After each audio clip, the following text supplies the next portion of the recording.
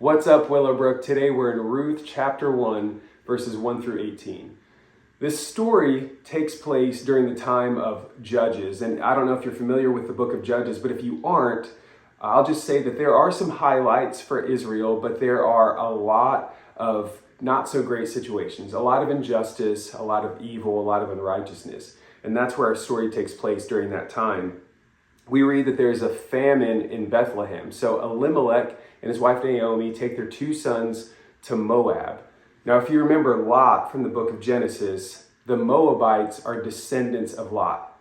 And historically speaking, the Israelites and Moabites were at odds with one another. So the Bible doesn't say exactly why they went to Moab, but it seems that they went because they were in search of some security and a future for their family.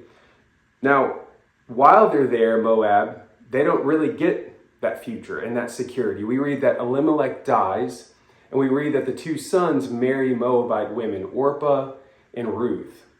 And then the two sons die as well. So now we have three widows. We have this horrible tragedy that's taken place. And around that time, Naomi hears that the famine in Bethlehem has ended. So she decides she's going to go back to Bethlehem.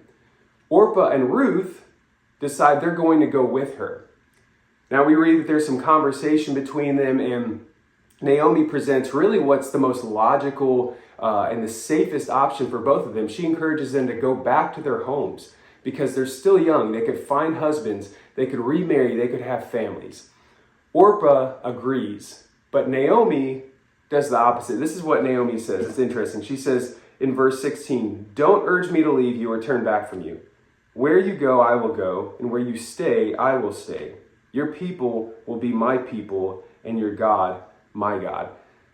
So Ruth doesn't choose what's safe or what seems to be conventionally wise. She decides to go with Naomi. But not only that, she says, "Your people will be my people, and your God will be my God."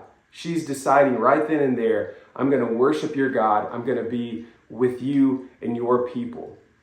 So she chose the path that wasn't so safe, that didn't seem so logical, to follow God. And we see this a lot in Scripture, don't we? We think about the David and Goliath. David choosing to fight Goliath, that didn't seem very safe, right? Think about Abraham leaving his home and everything he knew to follow God. Think about Shadrach, Meshach, Abednego not bowing to the golden statue and instead worshiping God. Or think about in the New Testament, the apostles relentlessly preaching the gospel, sharing it wherever they went, regardless of the threats that came their way.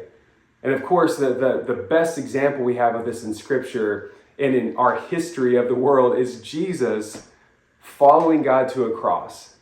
It was painful, it was difficult, it wasn't safe, but it was the choice that would glorify God the most, and it led to the salvation of people all over the world, from the past, present, future.